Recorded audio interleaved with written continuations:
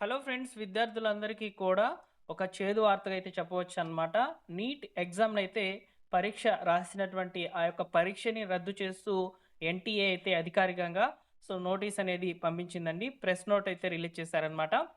ప్రశ్నాపత్రం అనేది లీక్ ఆరోపణలు మరియు ప్రశ్నల్లో జరిగినటువంటి అవకతవకల కారణంగా ఈ యొక్క పరీక్షను రద్దు చేస్తున్నట్లు అధికారికంగా నిర్ణయం అయితే తీసుకోవడం జరిగింది. నేషనల్ టెస్టింగ్ ఏజెన్సీ అయితే ఇప్పుడే మనకు ప్రెస్ నోట్ అయితే రిలీజ్ చేసిందనమాట.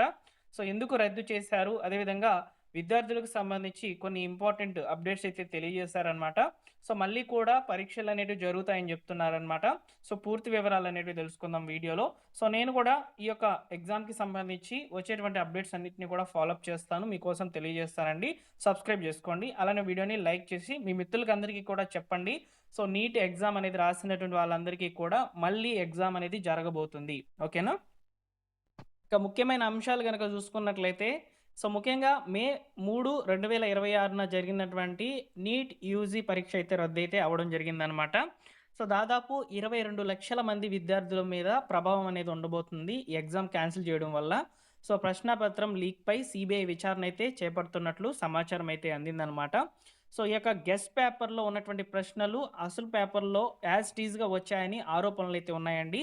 ఈ యొక్క గెస్ట్ పేపర్ అనేది ఎక్కడ లీక్ అయిందనేది నేను మీకు చెప్తాను. అలానే మళ్ళీ పరీక్ష నిర్వహిస్తామని చెప్పి ఎన్టీఏ ప్రకటన అయితే చేసింది.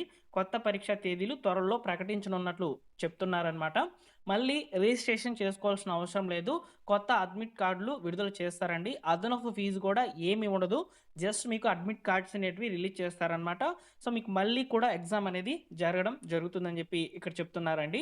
ఎందుకు ఈ యొక్క ఎగ్జామ్ అనేది క్యాన్సిల్ చేశారు? అసలు విషయం ఏంటంటే రాజస్థాన్‌లో బయటపడినటువంటి ఒక హ్యాండ్ రైటెన్ గెస్ట్ పేపర్ ఏదైతే ఉందో అంటే ఇక్కడ ఒక 120 ప్రశ్నలనేటివి నీట్ ప్రశ్నాపత్రంతో సరిపోయినట్లు దర్యాప్తులో అయితే తేలిందండి.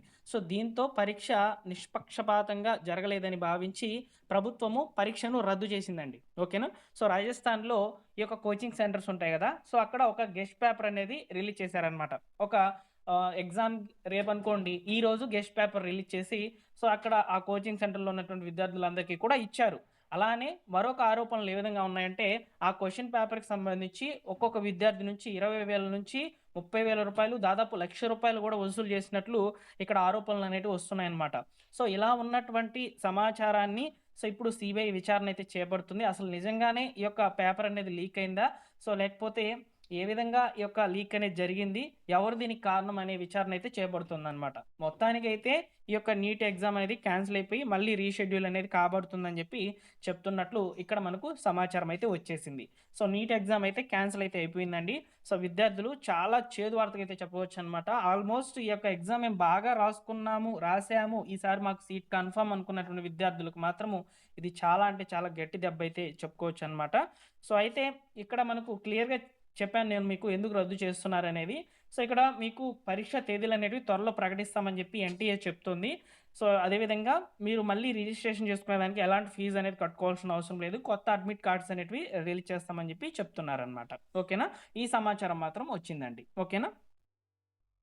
ఇక్కడ మీరు చూసుకున్నట్లయితే ప్రెస్ నోట్ అనేది చూస్తున్నారండి. నేషనల్ టెస్టింగ్ ఏజెన్సీ రిలీజ్ చేసినటువంటి ప్రెస్ నోట్ అయితే ఇక్కడ చూస్తున్నారనమాట. మే 3న జరిగినటువంటి ఎగ్జామ్‌ని అయితే క్యాన్సిల్ చేస్తూ ఇక్కడ ప్రెస్ నోట్ అయితే ఇప్పుడే మనకు రావడం జరిగిందండి. ప్రెస్ నోట్ కూడా రిలీజ్ చేశారనమాట.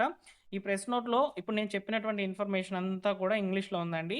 నేను తెలుగులో స్టార్టింగ్‌లో అయితే చెప్పేసాననమాట. చాలా క్లియర్‌గా అయితే చెప్పారనమాట. మీరు మళ్ళీ కూడా ఫీజు కట్టుకోవాల్సిన అవసరం లేదు. ఎక్స్‌ట్రా ఫీజెస్ అనేటివి ఏమీ ఉండవు. జస్ట్ అడ్మిట్ కార్డ్స్ అనేవి ఇస్తాము. మళ్ళీ మీకు ఎగ్జామ్ అనేది జరుగుతుందని చెప్తున్నారు కాబట్టి ప్రిపరేషన్ అనేది స్టార్ట్ చేసుకోండి. మీరు ఆల్రెడీ ప్రిపేర్ అయ్యి ఉన్నారు కాబట్టి మరి కొంచెం గట్టిగా అయితే చూసుకోండనమాట. పేపర్ కొంచెం టఫ్ వచ్చే ఛాన్స్ అయితే ఉంటుందనమాట. ఓకేనా? అలానే మనకు ఈ యొక్క నీట్ ఎగ్జామ్ కూడా చాలా ఈజీగా వచ్చిందని చెప్పి రీసెంట్‌గా వార్తలు కూడా విన్నాను నేను. ఈసారి కొంచెం టఫ్‌గా ఇవ్వచ్చు. కొంచెం గట్టిగా ప్రయత్నం అయితే చేయండి. ఓకేనా?